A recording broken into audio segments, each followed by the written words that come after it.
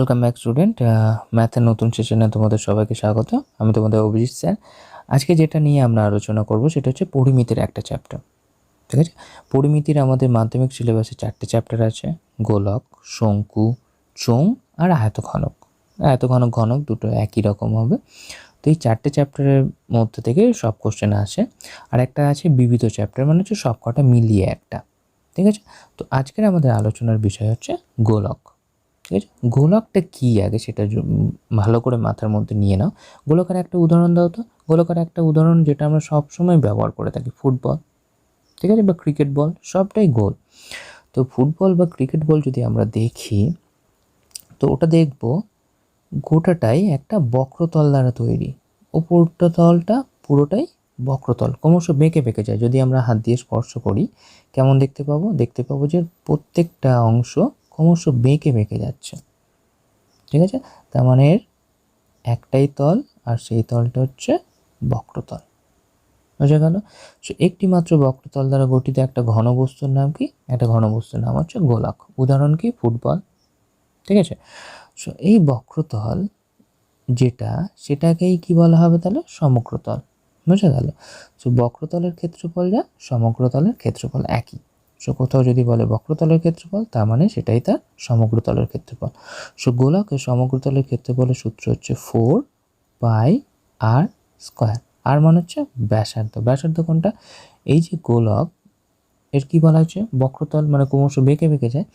তো এর একটা নির্দিষ্ট বিন্দু থাকে ফুটবলের, ধরো মাঝখানের কোনো একটা বিন্দু, যেটা থেকে ফুটবলের প্রত্যেকটা অংশের দূরত্ব সমান। তো সেই অংশটাকে বলা হয় কেন্দ্র, আর কেন্দ্র থেকে ওই দূরত্বকে বলা হয় ব্যাসার্ধ। তাহলে প্রত্যেকটা অঙ্ক যেগুলো থাকবে, আইদার ব্যাসার্ধের মান দেওয়া থাকবে, নাহলে ব্যাসার্ধের মান বের করতে হবে। ঠিক আছে, ব্যাসার্ধ দেওয়া থাকবে। সো এইটা গেল আমাদের বক্রতলের ক্ষেত্রফল। সেম দেখো, এই ফুটবলটা আছে, ঠিক আছে। যদি বলে এই ফুটবলটা কতটা চামড়া দিয়ে তৈরি, তার মানে কি এটা নিরেট? না। তো চামড়া দিয়ে তৈরি মিন্স ওপরের টুকু শুধু লাগবে, ভিতরের সঙ্গে এর কোনো রিলেশন নেই। তার মানে তখন কি লাগবে? এর শুধু বক্রতলের ক্ষেত্রফল, মানে 4πr²। ঠিক আছে, কিন্তু যদি বলে এর ভিতরে কত বাতাস আছে, এই ভিতরটাতে কতটা বাতাস আছে, তখন আমরা কি করব? তখন শুধু উপরিতল নিলে হবে না, তখন গোটাটা নিতে হবে। তার মানে তখন আমরা কি বের করব? তার আয়তন বের করব। বোঝা গেল? কিন্তু এই বলটা যদি লোহার নিরেট বল হতো, কত লোহা লেগেছে, তখন কি বের করব? আয়তন বের করবো। কেন? ওই যে লোহাটা আছে সেটা সব জায়গা জুড়ে আছে, শুধুমাত্র ওপরের কভারে নেই। বোঝা গেছে? যখন উপরিভাগটা শুধু জানতে চাইবে তখন হচ্ছে সমগ্রতলের ক্ষেত্রফল। যখন গোটাটা কি দিয়ে তৈরি, সেই গোটাটা কত আছে, তখন কি লাগবে? আমাদের আয়তন লাগবে। ঠিক আছে, কি দিয়ে তৈরি মানে এই নয় যে আমরা সবসময় আয়তন বের করবো। ধরো বলেছে একটা ফুটবলটা কত চামড়া দিয়ে তৈরি, তার মানে কি আয়তন বের করবো না? ফুটবলের যে চামড়াটা আছে সেটা উপরিতলে আছে। ঠিক আছে, যদি ওটার ফুটবলটা নিরেট হতো এবং গোটাটা চামড়া দিয়ে তৈরি হতো, তখন আয়তন বের করতাম কত চামড়া লেগেছে। বোঝা গেছে? সো যখন এবার আমাদের বলবে যে এর ভিতরে কত বাতাস আছে, বা এর ভিতরে কত জল ঢুকবে, বা এর ভিতরে কত জল রাখা যাবে, তখন সবসময় কী বের করবো? তার আয়তন। আয়তনের সূত্র হচ্ছে 4/3πr³। ঠিক আছে, সো এখান থেকে একটা জিনিস করে নিই আমরা। এই বৃত্ত যেটা ছিল সেটাকে কেটে আমরা হাফ করে নিই। বৃত্তটাকে কেটে হাফ করে নিয়েছি। ধরো একটা লেবু ছিল, লেবুকে একদম পুরোপুরি মাঝখান থেকে কাটা হয়েছে। যদি লেবুটাকে পুরোপুরি মাঝখান থেকে কাটি, দেখবো লেবুর উপরিতলটা একটা সমান অংশ তৈরি করেছে। কোন অংশটা? এইটা। এটা একটা সমান অংশ তৈরি করেছে, ক্রমশ প্লেন হয়ে যাচ্ছে, তার মানে এটা সমতল। ঠিক আছে, আর এটা তো যেমন ছিল তেমনই বক্রতল। বোঝা গেল?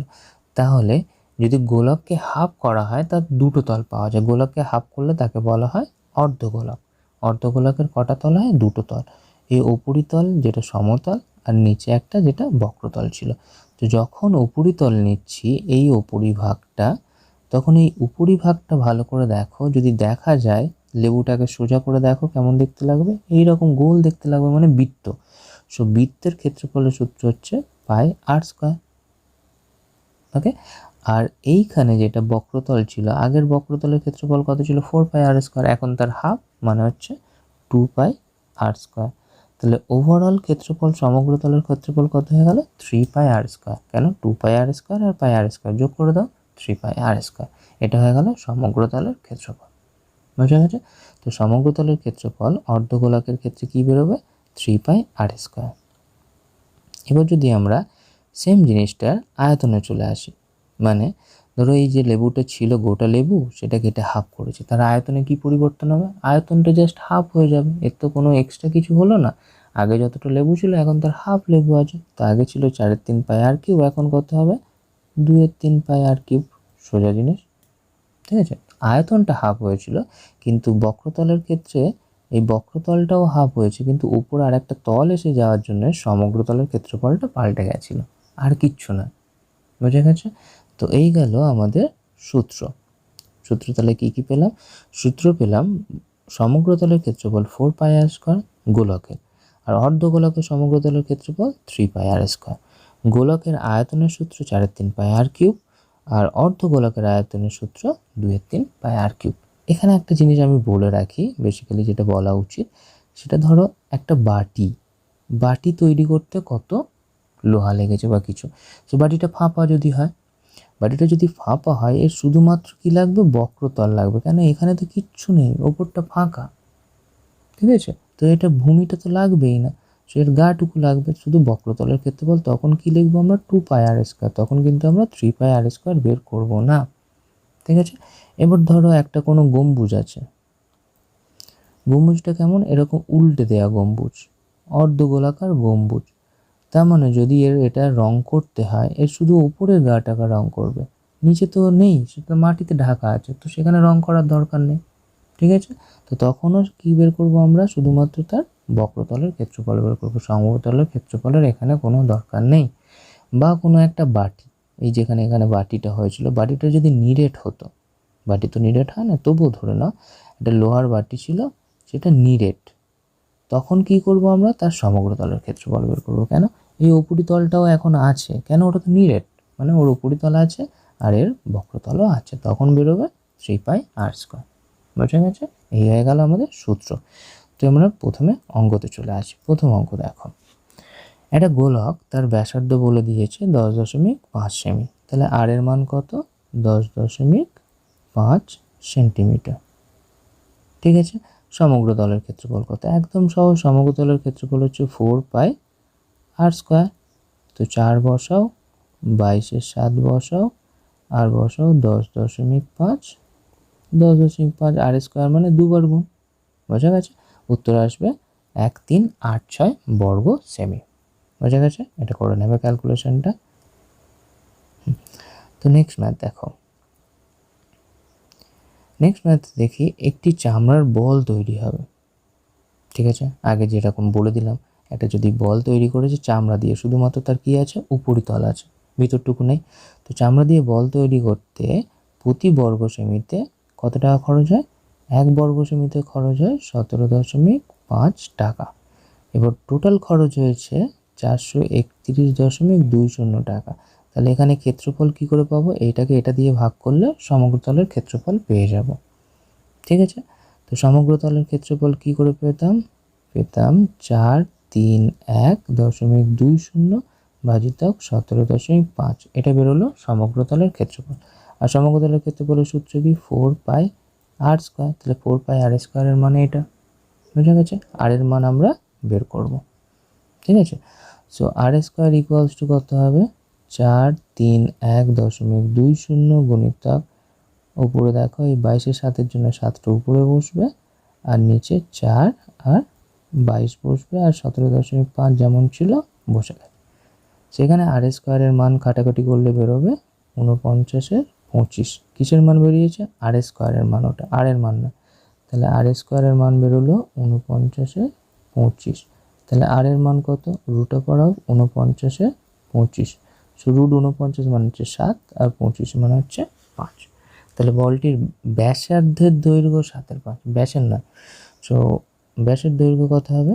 ব্যাসের দৈর্ঘ্য, ওটাকে 2 দিয়ে গুণ করে দাও, 7/5 গুণিতক 2, তার মানে হয়ে গেল 14/5। আবার উপর নিচে 2 দিয়ে গুণ করে দাও। কেন করছি বলছি, উপরে এসে যাবে 28 আর নিচে এসে যাবে 10। 28-এর 10কে দশমিকে আনতে সুবিধা, 2.8 সেমি। বোঝা গেছে? আর কি প্রসেসে করতাম, এমনি যদি আমরা করতাম, ধরে নিই ব্যাসার্ধ আর, তাহলে সমগ্র তলের ক্ষেত্রফল কত হতো 4πr²। এবার 4πr² কত খরচ হতো, 4πr² গুণিতক 17.5 মানে হচ্ছে 431.20। তাহলে এখান থেকে সেই r² মান একই আসতো, 431.20 গুণিতক এই 22-এর 7-এর জন্য উপরে 7 আর 4 22 আর 17.5 নিচে বসবে, সেম একই আসছে। ঠিক আছে, তো একই আসবে, তুমি যেটা খুশি আগে প্রসেসে আগে ভাগ করে নাও বা আগে মানটা বের করে নাও, সেই একই। নেক্সট দেখো, স্কুলের যে শর্টপাট খেলা হয় ক্রীড়া প্রতিযোগিতায়, তো সেটা একটা বল, নিরেট লোহার বল, তো তার ব্যাস দেওয়া আছে 7 সেমি। এটা ব্যাসার্ধ নয়, তার মানে 2r = 7, তাহলে ব্যাসার্ধ কত হবে 7/2 সেন্টিমিটার। ঠিক আছে, কত ঘন সেমি লোহা আছে, এমনি ডাইরেক্ট বলেও দিয়েছে ঘন সেমি লোহা মানে ঘন কার একক হয়, আয়তনের একক। অলরেডি আয়তন বের করতে হবে, এখানে বলেই দিয়েছে। সো আয়তনের সূত্র কি, 4/3 পাই r³। 4/3 পায়ের মান বসাও 22-এর 7, r³ মান হচ্ছে 7/2 গুণিতক 7/2 গুণিতক 7/2, উত্তর এসে যাবে 539/3 ঘন সেমি। বোঝা গেছে কত লোহা আছে, 539/3 ঘন সেমি। বোঝা গেছে? নেক্সট ম্যাথ দেখি। নেক্সট ম্যাথ দেখো, আর্কিমিডিসের যেটা বলেছিল, কোনো একটা জিনিসকে বা বস্তুকে যদি জলের মধ্যে বা কোনো গ্যাসের মধ্যে ডোবানো হয়, তাহলে কি করবে, সে তার সমান আয়তনের তরল বা গ্যাস অপসারিত করবে। এখানে কি করেছে, একটা গোলককে জলের মধ্যে ডুবিয়ে দিয়েছে, তাহলে সে কত জল অপসারিত করবে, সে নিজের আয়তনের সমান জল অপসারিত করবে। তো গোলকটার আয়তন বের করলেই অপসারিত জলের আয়তন পেয়ে যাব। ঠিক আছে, তো গোলকের আয়তন বের করি। গোলকের আয়তন যদি আমরা বের করি, গোলকের ব্যাস দেওয়া আছে, আবার 2r এর মান দেওয়া আছে 28 সেমি। তো r এর মান কত, 28/2 মানে হচ্ছে 14 সেন্টিমিটার। r এর মান পেয়ে গেছি। আয়তন আগের অঙ্কটার মতো সেম করে নাও, 4/3 পাই r³, তার মানে বসবে 4/3 22-এর 7, r³ মানে হচ্ছে 14 গুণিতক 14 গুণিতক 14। এটা করলে বেরোবে এই মানটা 34,496/3 ঘন সেমি। ঠিক আছে, এত ঘন সেমি জল বা তরল অপসারিত করবে। বোঝা গেছে? পরেরটা দেখো, একটা বেলুন ছিল, বেলুনটাকে ফোলানো হচ্ছে, একবার বেশি গ্যাস দেওয়া হচ্ছে ভিতরে, একবার কম দেওয়া হচ্ছে। যদি বেশি দেওয়া হয় তার কি হবে, বক্রতল বেশি হয়ে যাবে, আর যখন কম গ্যাস দেওয়া হয় তার বক্রতল কম হবে। প্রথমে ব্যাসার্ধ বলেছে 7 আর পরে ব্যাসার্ধ বলেছে 21। ঠিক আছে, বোঝা গেল? যখন আমরা হাওয়া দিচ্ছি তখন কি হচ্ছে, তার যদি বেশি হাওয়া দিই তার বেশি ফুলে যাবে, তারপর বক্রতল ক্ষেত্রফল বেড়ে যাবে, আর যদি কম হাওয়া দিই তার বক্রতলের ক্ষেত্রফল আগের তুলনায় কমে যাবে। ঠিক আছে, তো এবার দেখো, এটা বলেছে প্রথমের বক্রতলের ক্ষেত্রফল আর শেষের বক্রতলের ক্ষেত্রফল তাদের অনুপাত কত, মানে যখন 7 সেমি বক্রতলের ব্যাসার্ধ তখন কত হবে ক্ষেত্রফল, আর যখন ব্যাসার্ধ হচ্ছে 21 সেমি তখন কত ক্ষেত্রফল হবে, এবং তাদের অনুপাত। তো একটা জিনিস দেখো, আমরা নর্মাল প্রসেসে করি, যখন 7 সেমি তখন কত হবে, 4 পাই 7 আর যখন 21 হচ্ছে তখন কত হবে, 4 পাই 21 স্কোয়ার। 4 পাই বাদ দিয়ে দাও, তো বেরোচ্ছে কত, 7/21 তার হোল স্কোয়ার। 7 আর এটা কাটো, বেরোচ্ছে 1/3 তার হোল স্কোয়ার, মানে 1/9। তাহলে 1/9 মানে কি বেরোলো এখান থেকে, 9টা ভালো করে লিখে দিই, 1/9। তাহলে 1:9 হবে তাদের বক্রতলের ক্ষেত্রফলের অনুপাত। এখানে একটা জিনিস লক্ষ্য করেছো কি জানি না, তবু আমি বলে দিই তোমাদের। এখানে দেখো প্রথমটা কত ছিল, 4πr1 স্কোয়ার, আর দ্বিতীয়টা ধরো 4πr2 স্কোয়ার। সো 4π বাদ যাচ্ছে, মানে হচ্ছে r1/r2 তার হোল স্কোয়ার, মানে ব্যাসার্ধের অনুপাত তার স্কোয়ার করে দিলেই বক্রতলের ক্ষেত্রফলের অনুপাত। ঠিক আছে না? এখানে যদি 7-এর জায়গায় ধরো 5 আছে আর এটা 6 আছে, তাহলে তাদের বক্রতলের ক্ষেত্রফলের অনুপাত কত হবে, এইটা বাই এটা স্কোয়ার, তো 5 স্কোয়ার 25, আর এটা হচ্ছে 36, তাহলে 25:36 হতো। ঠিক আছে, তাই না? ধরো এটা আছে 2 আর এটা আছে 6, তখন কত হতো, 2 আর 6 লঘিষ্ঠ আকারে নিয়ে এসো, 2/6 তার হোল স্কোয়ার, লঘিষ্ঠ আকারে আনলে হবে 1/3, তার মানে 1 আর 3 স্কোয়ার হচ্ছে 9, 1:9, এটা যেটা ছিল। বুঝা গেছে? তো এই হলো ব্যাপার যে ওদের বক্রতলের ক্ষেত্রফল মানে হচ্ছে তাদের ব্যাসার্ধের স্কোয়ারের অনুপাত। ঠিক আছে, বক্রতলের ক্ষেত্রফলের অনুপাত মানে বক্রতলের ক্ষেত্রফলের অনুপাত মানে হচ্ছে তাদের ব্যাসার্ধের অনুপাতে স্কোয়ার করে দিলেই হয়ে যাবে। ঠিক আছে, সো পরের ম্যাথ দেখো। একটা অর্ধগোলাকৃতি বাটি, এই একটু আগে বলে দিয়েছি, অর্ধগোলাকৃতি বাটি মানে কি লাগবে, তার শুধুমাত্র বক্রতল লাগবে, কারণ বাটিটার ওপরে কিছু নেই, ফাঁকা। সো শুধু বক্রতলের ক্ষেত্রফল মানে হচ্ছে 2πr²। সো তার ক্ষেত্রফল দিয়েছে, তাহলে এইটা মানে হচ্ছে 127.2/7। এখান থেকে r² মান বের করব, দেখে নিই। তাহলে বের হলো 2πr² মানে হচ্ছে 127.2/7। তো 7 দিয়ে এটাকে গুণ করো, 7 সাথে 49, আর 2 দিয়ে 1 যোগ করে দাও, 51 হয়ে যাবে, আর 891/7। ঠিক আছে, 7 সাথে 49 আর 2 51, আর থেকে 5, 7 12 84 আর 5 89। সো 891/7 এটার মান বেরোলো, 2πr² এর মান এটা। তো এবার শুধু r² এর মান কত হবে, 8 9 1/7। এই 22-এর 7 যেটা, এই 7টা উপরে বসবে, আর 22 আর 2 নিচে বসবে। বুঝে গেল? তো 22 আর 2 যখন নিচে বসছে, এটা কেটে দাও, এটা কাটো, এটা কাটলে হবে 2, 11 দিয়ে কাটলে এটা 8 11 88 11, তাহলে উপরে আসছে 81 আর নিচে আসছে 4। তাহলে আর এর মান কত, রুটে পড়া হবে 81 4, 81 বর্গমূল করলে হবে 9, 4 বর্গমূল করলে হবে 2, তাহলে হয়ে গেল কত, 9/2। কিন্তু এখানে চেয়েছে কিসের দৈর্ঘ্য, ব্যাসের দৈর্ঘ্য। আমরা অনেকবার করেছি, ব্যাসের দৈর্ঘ্য মানে হচ্ছে 2r, তাহলে কত হচ্ছে এটা এখানে 9/2 গুণিতক 2, তার মানে হচ্ছে 9 সেমি। তাহলে মুখের ব্যাসের দৈর্ঘ্য কত হলো, মুখের ব্যাসের দৈর্ঘ্য হলো 9 সেমি। পরের ম্যাথ দেখো, পরের ম্যাথটা দেখো, একটি নিরেট লোহার গোলা, ঠিক আছে, নিরেট বলে দিয়েছে, তার মানে তার আয়তন বের করতে হবে যদি জিজ্ঞাসা করে কত লোহা আছে। সো সেম জিজ্ঞাসা করেছে কত ঘন সেমি লোহা আছে, মানে আয়তন বের করতে হবে। আর একটা এখানে ডাইরেক্ট বলেই দিয়েছে বক্রতলের ক্ষেত্রফল কত, সেটাও বের করো। তো যদি আমরা দেখি এখানে যে এখানে ব্যাসার্ধ কত দেওয়া আছে, 2.1 সেন্টিমিটার। ঠিক আছে, তো তার কত ঘন সেমি লোহা আছে, মানে 4/3, পায়ের মান বসাও 22-এর 7, আর এর মান বসাও 2.1 2.1 2.1, 4/3 পাই আর কিউব। এখান থেকে মান পেয়ে যাবে, মান বেরোবে 4851/125। তোমরা পার চাললে দশমিকে নিয়ে আসতে পারো।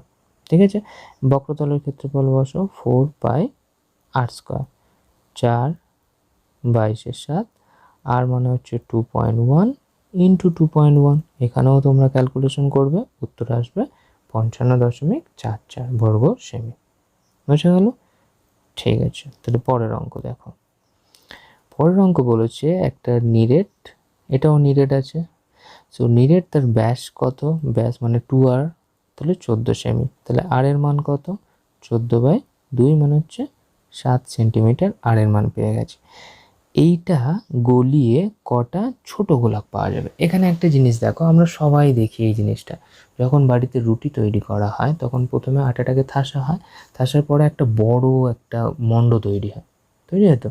এবার ওটা থেকে ছোট ছোট করে কেটে কেটে কি করা হয়, রুটির জন্য লেচি তৈরি করা হয়, হয়তো। তো ওটার আয়তন, সবার আয়তন সমান হয় না, কিন্তু এখানে বলেছে সবাই আয়তন সমান, মানে ওইটা থেকে যে লেচিগুলো হচ্ছে প্রত্যেকটা সমান আয়তন। এবার যদি লেচিগুলো আবার জুড়ে দিই আমি, তখন কি হবে, আগে যেটা মণ্ড ছিল সেটাতেই ফিরে আসবে। তার মানে মণ্ডটার যা আয়তন, ওই সব লেচিগুলোর মোট আয়তন সমান। বোঝা যাচ্ছে? তাহলে এখানে সেটা 14 সেমি ব্যাসের একটা গোলক ছিল, সেটা গলিয়ে 3.5 সেমি ব্যাসার্ধের কটা গোলক হবে, মানে 3.5 সেমির ধরো 10টা যদি গোলক হয়, তাহলে সেই গোলকের আয়তন আর এই 14 সেমি গোলকের সেই একই আয়তন। বুঝা গেছে? তার মানে ওই আয়তন আর এর আয়তন সমান হবে। কেন? কারণ এটা গলিয়েই ওটা তৈরি করেছে, তার মানে এর আয়তন আর ওর আয়তন সমান। বোঝা গেছে? কনসেপ্টটা আগে ক্লিয়ার করে নাও। তাহলে বেরোলো কি না, ওই 14 সেমি ব্যাস বিশিষ্ট গোলকের যা আয়তন হবে 3.5 সেমি ব্যাসার্ধ বিশিষ্ট যদি 10টা গোলক হয় তাই আয়তন হবে, যদি 5টা গোলক হয় তাই আয়তন হবে। ঠিক আছে, মোট আয়তন আর ওর যা আয়তন দুটোই সমান। তো করে দেখি আমরা।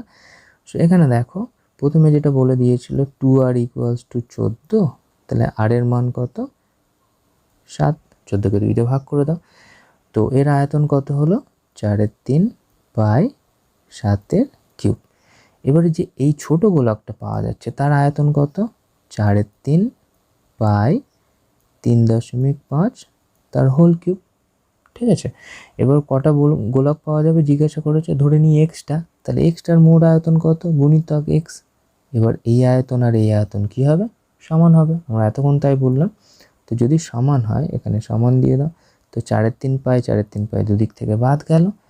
এক্স এর মান কত, তাহলে এক্স এর মান বেরোলো 7 হোল কিউব বাই 3.5 হোল কিউব, তার মানে বেরোচ্ছে 7 বাই 3.5 তার হোল কিউব। 7 আর 3.5 মানে হচ্ছে 3.5 ডবল হচ্ছে 7, 3.5 ডবল 7, তাহলে হচ্ছে 2 হোল কিউব, 2 হোল কিউব মানে 8, তাহলে কটা পাওয়া যাবে 8টা পাওয়া যাবে। বুঝা গেল, তাহলে ছোট গোলকের সংখ্যা কটা হবে 8টা। ওকে, নেক্সট ম্যাথ দেখি। নেক্সট ম্যাথ দেখো, এখানে একই অঙ্ক কিন্তু ওটার উল্টোটা। কি উল্টো না, এখানে বলেছে ছোট গোলকগুলো জুড়ে একটা বড় গোলক তৈরি হয়েছে। এবার ছোট গোলকের আগেরটার ক্ষেত্রে সবার ব্যাসার্ধ সমান ছিল, কিন্তু এখানে ছোট গোলকের সবার ব্যাসার্ধ সমান না, সবার ব্যাসার্ধ আলাদা আলাদা। প্রথমটার ব্যাসার্ধ 3, পরেরটা 4, তার পরেরটা 5। তাহলে প্রথমটার আয়তন কত হবে 4/3 বাই 3 কিউব, পরেরটার আয়তন কত হবে 4/3 বাই 4 কিউব, তারপরেরটার আয়তন কত হবে 4/3 বাই 5 কিউব। এখানে প্রত্যেকের মধ্যে দেখো 4/3 পাই লেখা আছে, তাহলে আমরা যদি কমন নিয়ে নিই 4/3 পাই কমন নিয়ে নিই, 3 কিউব 4 কিউব প্লাস 5 কিউব, মানে তিনজনের মোট আয়তন কত বেরোচ্ছে 3 কিউব 27, 4 কিউব 64, 5 কিউব 125, তাহলে বেরোচ্ছে 4/3 পাই গুণিতক 216। এটা হচ্ছে তিনটে গোলকের মোট আয়তন। তাহলে এই তিনটে গোলকের মোট আয়তন মানেই হচ্ছে, দাঁড়াও, হ্যাঁ, তো এই তিনটে গোলকের মোট আয়তন মানে বড় গোলকটার আয়তন। তাহলে বড় গোলকের ব্যাসার্ধকে যদি আমরা বড় আর ধরে নিই, তাহলে তার আয়তন কত হবে 4/3 পাই বড় আর এর কিউব। তাহলে এই আয়তন আর এই আয়তন সমান, তাহলে কি পেলাম আমরা শর্ত হিসাবে 4/3 পাই বড় আর এর কিউব মানে হচ্ছে 4/3 পাই ইন্টু 216। 4/3 পাই 4/3 পাই বাদ দিয়ে দাও, তাহলে আর সমান হচ্ছে রুট কিউব হবে 216। 216 রুট কিউব করো কত হবে, তাহলে 216কে যদি আমরা ভাঙি 6 দিয়ে করো 36, আবার 6 দিয়ে করো 6, তাহলে রুট কিউব 216 মানে কটা 6 হবে 3টে 6। 3টে 6-এর জন্য একটা 6 বেরোবে, কেন এখানে কিউব আছে, কিউব থাকলে একটা বেরোয়। ঠিক আছে, অথবা ওটা যদি না পারো কি আছে রুট কিউব 216, তার মানে 216-র পাওয়ার কত হচ্ছে 1/3। এই 216 মানে কি পেলাম 6 কিউব, তার বাইরে আবার 1/3, তাহলে কি হবে 3 গুণিতক 1/3 মানে কত বেরোলো সেম একই 6। ঠিক আছে, তাহলে যে বড় গোলকটা হবে তার ব্যাসার্ধ কত হবে, ব্যাসার্ধ হবে 6, ব্যাস যদি জিজ্ঞাসা করতো ব্যাস হতো 12। বোঝা গেছে। পরের অঙ্ক দেখো, পরের অঙ্ক অর্ধগোলাকৃতি গম্বুজ। এটাও আমরা প্রথমে আলোচনা করে নিয়েছি। অর্ধগোলাকৃতি গম্বুজ এইটা, ঠিক আছে, তার ব্যাস বলে দিয়েছে, তাহলে 2r সমান কত 42 ডেসিমিটার। এখানে একটা জিনিস দেখো, এটা মিটার আর এটা একক ডেসিমিটার। সো এটাকে আমরা কনভার্ট করে নিই, একবার দশমিক সরিয়ে দেবো, কেন মিটারের পরে ডেসিমিটার 1 ডেসিমাল, তাহলে এটা এখন হয়ে গেছে মিটার। তাহলে এটা কার মান বেরোলো 2r এর মান। তো r এর মান কত, r এর মান বেরোবে 4.2/2 মানে হচ্ছে 2.1 মিটার। বোঝা গেল। তাহলে এখান থেকে এই পর্যন্ত বেরোলো 2.1 ব্যাসার্ধ, তো 2.1। এবার উপরিতল রং করবে। এর উপরিতল রং মানে শুধু বক্রতলের ক্ষেত্রফল। তো বক্রতলের ক্ষেত্রফলের সূত্র ফেলে দেয়, এটা তোমরা নিজেরাই করতে পারবে। 2πr², তাহলে 2 গুণিতক 22/7 ইন্টু 2.1 ইন্টু 2.1। ঠিক আছে, এটা গেল তার ক্ষেত্রফল। এবার 1 বর্গ মিটারে কত খরচ হয়? 1 বর্গ মিটারে খরচ হয় 35 টাকা। তাহলে এত বর্গ মিটারে কত খরচ হবে? তাহলে এটার সাথে 35 গুণ করে দিলে হয়ে যাবে। তাহলে টোটাল কত খরচ হবে? 2 গুণিতক 22/7 গুণিতক 2.1 গুণিতক 2.1 গুণিতক 35, এই এত টাকা খরচ হবে। ক্যালকুলেশনটা তোমরা করবে, ঠিক আছে? নেক্সট দেখো, একটা ধাতুর পাত, সেটা থেকে কি করেছে? দুটো ফাঁপা গোলক তৈরি করেছে। ফাঁপা গোলক বলেছে আবার, ঠিক আছে? ফাঁপা গোলক মানে শুধু যদি বলা হয় কত ধাতু লাগবে, তার মানে তার বক্রতলের ক্ষেত্রফল। কত বাতাস আছে মানে হ্যাঁ আয়তন। সেখানে দেখো দুটো গোলক তৈরি করতে যে পরিমাণ ধাতু লেগেছে মানে বক্রতলের ক্ষেত্রফল তার অনুপাত। একটু আগে আমরা শিখেছি যদি কারোর বক্রতলের ক্ষেত্রফলের অনুপাত বের করতে বলে তার মানে হচ্ছে তাদের ব্যাসার্ধের অনুপাতের স্কয়ার। সেখানে প্রথমটার কত হচ্ছে ব্যাসার্ধ 21/2, আর একটার কত হচ্ছে 17.5/2, তার হোল স্কয়ার। 2 বাদ দিয়ে দাও, ঠিক আছে? তো এখানে আসছে 21 আর নিচে আসছে 17.5, তার হোল স্কয়ার। এখানে একটা 10 নিয়ে নাও, দশমিক তুলে দিয়ে, ঠিক আছে? কাটাকাটি করো, কাটাকাটি করলে ওপরে আসবে 6 আর নিচে আসবে 5। তো 6 স্কয়ার কত হচ্ছে 36 আর 5 স্কয়ার 25, তাহলে তাদের অনুপাত কত হবে? 36:25। বুঝে গেল? ঠিক আছে। অথবা আমরা যদি ডিটেলসে করতাম, প্রথমটা হতো 4π 21/2 তার স্কয়ার, দ্বিতীয়টা হতো 4π 17.5/2 তার স্কয়ার। এদের অনুপাত সেই 4π বাদ যেত, 2ও বাদ যেত, এইটা বাই এটা তার হোল স্কয়ার, সেই একই হলো, ঠিক আছে? সো নেক্সট ম্যাথ দেখি আমরা।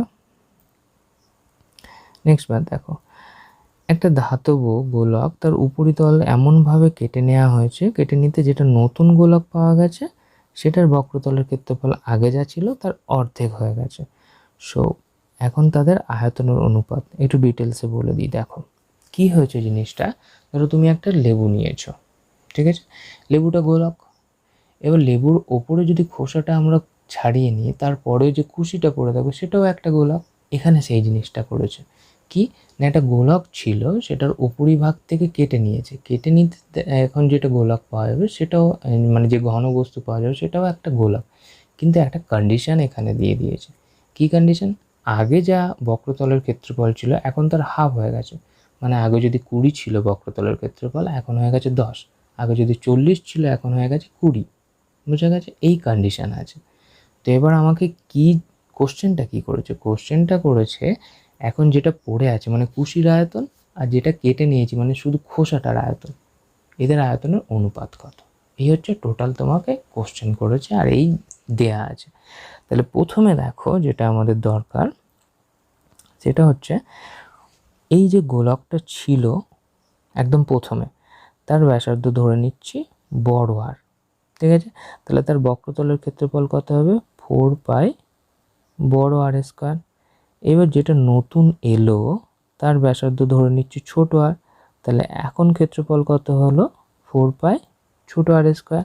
এবার শর্ত কি বলেছে? এইটা এটা ডাবল, তাহলে 4π বড় আর স্কয়ার মানে হচ্ছে 2 গুণিতক 4π ছোট আর স্কয়ার। এখান থেকে 4π বাদ দাও, তাহলে বড় আর স্কয়ার মানে কি বেরোলো? 2 গুণিতক ছোট আর স্কয়ার। তাহলে বড় আর মানে কি হবে? √2 আর স্কয়ার। আর স্কয়ারের জন্য স্কয়ার আছে মাথায়, বেরিয়ে যাবে, কিন্তু 2টা বেরোতে পারলো না। তাহলে বড় আর মানে হচ্ছে 2 গুণিতক √2। এখানে বড় আর আর ছোট আর এর মধ্যে একটা সম্পর্ক পেয়ে গেলাম, ঠিক আছে? ওই যে হিন্টসটা দেওয়া ছিল যে আগের ঠিক এখনকার অর্ধেক হয়ে যাবে, মানে এটা এর দ্বিগুণ হবে, এটা হিন্টস থেকে এখানে পেয়ে গেলাম। এবারে দেখো তাহলে আমরা কি পেয়েছি? বড় আর সমান এ নয় আর হবে ওটা, বড় আর সমান r√2, এটা আমরা পেয়ে গেছি। এইবার এদের আয়তনটা বের করি। মোট যেটা ছিল, মোট গোলক যে ব্যাসার্ধ বড় আর, তার আয়তন কত? 4/3π বড় আর এর কিউব। যে ছোট গোলক এখনো আছে সেটার ব্যাসার্ধ আর, তাহলে তার আয়তন কত? 4/3π ছোট আর এর কিউব, ঠিক আছে? এটা ছিল আর এটা এখন হয়েছে, বুঝা গেছে? এবার যেটা কেটে নেওয়া হয়েছে কত, 4/3 বড় আরের কিউব, তার থেকে 4/3 ছোট আরের কিউব বিয়োগ করে দেবো। বোঝা গেল নাকি বোঝা গেল না? বোঝা যায়নি? ধরো গোটা লেবুটার আয়তন ছিল 40, খোসা ছাড়ানোর পর আয়তন হয়ে গেছে 30, তাহলে খোসাটার আয়তন কত? 40 আর 30 বিয়োগ করে দেবো। তাহলে লেবুটার আয়তন কত ছিল? এইটা।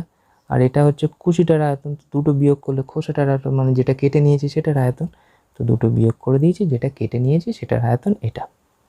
সেটার আয়তন তাহলে কত বেরোলো? 4/3 বড় আরের কিউব মাইনাস 4/3 ছোট আরের কিউব। এটা হচ্ছে কেটে নেওয়া অংশের আয়তন। তো 4/3 যদি আমরা কমন নিই, পড়ে থাকছে বড় আরের কিউব মাইনাস ছোট আরের কিউব। ঠিক আছে, এটা হচ্ছে কেটে নেওয়া অংশের আয়তন। ক্লিয়ার হলো? তো 4/3 বড় আরের কিউব মাইনাস ছোট আরের কিউব, এটা হচ্ছে কেটে নেওয়া অংশের আয়তন। আর আমরা কি পেয়েছিলাম? বড় আর মানে হচ্ছে ছোট আর √2। ঠিক আছে, এখানে বড় আরের মানটা এখানে জাস্ট ইনপুট করে দেবো, তাহলে হচ্ছে 4/3 বড় আরের কিউব মানে আর √2 তার হোল কিউব বিয়োগ আর কিউব। তো এখানে সেকেন্ড ব্র্যাকেটটা দিয়ে দিই। ঠিক আছে, তারপরে দেখো 4/3 এটা বেরোবে আর কিউব, আর √2কে 3বার গুণ করো, এটা তো আমাদের জানা, √2 গুণ করলে 2, আর এই √2 তাহলে এটা বেরোলো 2√2 বিয়োগ আর কিউব। এবার ওখান থেকে যদি আবার আর কিউব কমন নিয়ে নিই, পড়ে থাকছে 2√2 মাইনাস 1। এটা কিন্তু সেই একই লাইন হয়ে যাচ্ছে সেই তখন থেকে, কেটে নেওয়া অংশের আয়তন, কেটে নেওয়া অংশের আয়তন, কেটে নেওয়া অংশের আয়তন। তাহলে এখন অ্যাট লাস্ট ফাইনালি কী পেলাম? কেটে নেওয়া অংশের আয়তন 4/3 আর কিউব ব্র্যাকেট দিয়ে 2√2 মাইনাস 1। এটা হচ্ছে কেটে নেওয়া অংশের আয়তন। ঠিক আছে, সো ইরেজ করে দিই। এবার অঙ্কটা দেখো কি জিজ্ঞাসা করেছিল, কেটে নেওয়া অংশের সাথে এখনকার যেটুকু পড়ে আছে তার অনুপাত। তো কেটে নেওয়া অংশের কত বেরিয়েছে? 4/3 আর কিউব 2√2 মাইনাস 1। আর এখন কত পড়ে আছে? 4/3 ছোট আর এর কিউব। তো এটা কেটে দাও, তাহলে উত্তর বেরোলো 2√2 মাইনাস 1:1। বোঝা গেছে? তাহলে কেটে নেওয়া আর অবশিষ্ট তাদের আয়তনের অনুপাত। বোঝা গেছে? ওকে, সো এই অঙ্কটা দেয় পরীক্ষায়। নেক্সট দেখো, এইটা হচ্ছে এটা মানে শর্তানুসারের পরের অঙ্কটা, এটা দেখে নিও এখান থেকে। তো পরের অঙ্ক দেখো, এটা ইন্টারেস্টিং অঙ্ক। কী করেছে? গ্লোব আমরা সবাই দেখেছি, ভূগোলের ক্লাসে আমাদের সবাইকে গ্লোব দেখানো। সো এই গ্লোবের এইটা হচ্ছে গোলক। ঠিক আছে, তো এই গ্লোবের গোলক আর এইখানে যে পিনটা দেয়া আছে, যেটার সাহায্যে এইটার সাহায্যে আঁটিয়ে থাকে এটার সঙ্গে, তো এইখানে একটা ছিদ্র করেছে, এইখানে একটা ছিদ্র করেছে। প্রত্যেকটা ছিদ্র কীরকম? এরকম বৃত্তের মতো। তো এই যে পাতটা লেগেছে, এই পাতটা থেকে এই দুটো অংশ বাদ দিতে হবে। কেন? ওই দুটো ছিদ্র বাদ গেছে, তো ওখানে পাত নেই। তো আমাকে জিজ্ঞাসা করেছে এর ওপরে মোট কত পাত আছে। তো পাতের জায়গা থেকে এই দুটো ছিদ্র বাদ দিয়ে দিলে হয়ে যাবে। তো পাত চেয়েছে মানে কি লাগবে? বক্রতলের ক্ষেত্রফল। তো বক্রতলের ক্ষেত্রফল কত? তার আগে আমাদের এখানে এটা দেখে নিতে হবে, আর এর মান কত? 14। তাহলে বক্রতলের ক্ষেত্রফল হচ্ছে 4 14 স্কোয়ার, আর স্কোয়ার মানে 14 স্কোয়ার, 14 গুণিতক 14। সেখানে বেরোবে 4 গুণিতক 22/7 ইন্টু 14 গুণিতক 14। উত্তর বেরোবে 2464 বর্গ সেমি। বুঝে গেল? ক্যালকুলেশনটা করবে। এটাকে বেরোলো ওই ছিদ্র সমেত, মানে এখনও ছিদ্র করা হয়নি। কেন? বাদ দিয়ে নিত। তো বাদ দিয়ে দিই। প্রত্যেকটা গোলক যেটা হয়, যে বৃত্ত যেটা হয়েছে, মানে যেই পাত্রটুকু কেটে নেওয়া হবে, বৃত্তটার ব্যাসার্ধ কত বলেছে? আর মানে হচ্ছে 0.7। ঠিক আছে, তার ক্ষেত্রফল কত? πr²। কটা আছে? দুটো। কেন? উপরে একটা ছিদ্র, নিচে একটা ছিদ্র। এখানে বলেও দিয়েছে, দেখো, দুটি বৃত্তাকার ছিদ্র। তাহলে πr² গুণিতক 2, পায়ের মান বসাবে 22/7, আর এর মান বসাবে 0.7, দুবার বসাবে গুণিতক 2। এটা বের করলে আমাদের ক্যালকুলেশন করলে মান বেরোবে 3.08। সো তাহলে এবার যদি এই ছিল গোটাটা, তখন ছিদ্র হয়নি, আর ছিদ্রের ক্ষেত্রফল এত, তাহলে এই দুটো বিয়োগ করে দিলে কি পেয়ে যাব, কতটা অংশ পড়ে আছে এখন। তাহলে মোট যে পাত লেগেছে সেটা হচ্ছে দুজনের বিয়োগফল, বিয়োগ করে দেবে, বিয়োগটাই হয়ে গেল অ্যান্সার। ভূগোলকে কত ধাতব পাত আছে, বোঝা গেছে? ওকে, নেক্সট ম্যাথ দেখো। 8 সেমি দৈর্ঘ্যের ব্যাসার্ধ একটা আছে, তার সেটাকে গলিয়ে 1 সেমি ব্যাসার্ধের কটা গোলক তৈরি হবে। আজকেকার ম্যাথগুলোর মধ্যেই একটা, 8 সেমি যদি তার ব্যাসার্ধ হয় তাহলে তার আয়তন কত হবে, 4/3 পাই 8 কিউব। আর যেটার ব্যাসার্ধ 1 সেমি তার আয়তন কত হবে, 4/3 পাই 1 কিউব। এটা কটা গোলক তৈরি হবে, যদি এক্সটা হয় তাহলে এক্সের যে আয়তন হবে এটার তাই আয়তন, এক্সটা ছোটো গোলকের যে আয়তন, এই বড় গোলকটা তার আয়তন। তো 4/3 পাই 4/3 পাই বাদ দিয়ে দাও, 1 কিউব মানে সেই একই।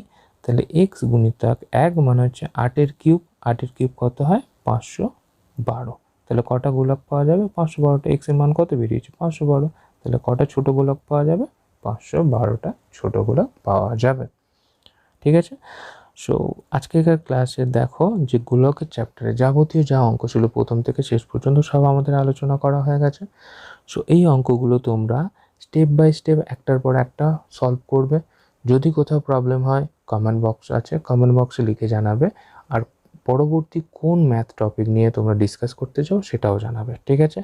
আর এই সেশনটা বা এই ক্লাসটা যদি তোমার ভালো লাগে তোমরা কি করবে, লাইক করবে। আর প্লিজ বন্ধুদের সাথে শেয়ার করো, ঠিক আছে? তারাও এই ভিডিওটা দেখুক, তাদেরও ম্যাথে একটু ইমপ্রুভমেন্ট হোক। সো প্লিজ লাইক আর শেয়ার করতে থাকো। আর যারা নতুন এসছো এই চ্যানেলে তারা কি করবে, সাবস্ক্রাইব করবে।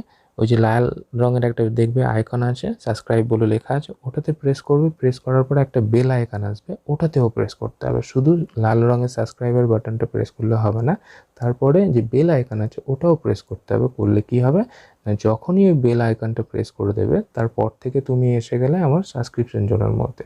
তার মানে আমি যখনই নতুন ভিডিও আপলোড করব তখনই তোমার কাছে একটা লিঙ্ক চলে যাবে বা নোটিফিকেশন যাবে, ওটা থেকেই তুমি বুঝতে পারবে যে নতুন ভিডিও আপলোড হয়ে গেছে। তো পরে আর কোনো প্রবলেম হবে না, যখনই ম্যাথের ক্লাস নতুন আসবে তুমি একটা নোটিফিকেশান পেয়ে যাবে, খাতা পেন নিয়ে বসে পড়বে, সলভ করবে, ম্যাথ বুক পুরো কমপ্লিট। ওকে, সো আজকে ক্লাস এই পর্যন্ত। তো নেক্সট সেশনে দেখা হচ্ছে। সো টিল নাও, বাই, সবাই ভালো থাকবে।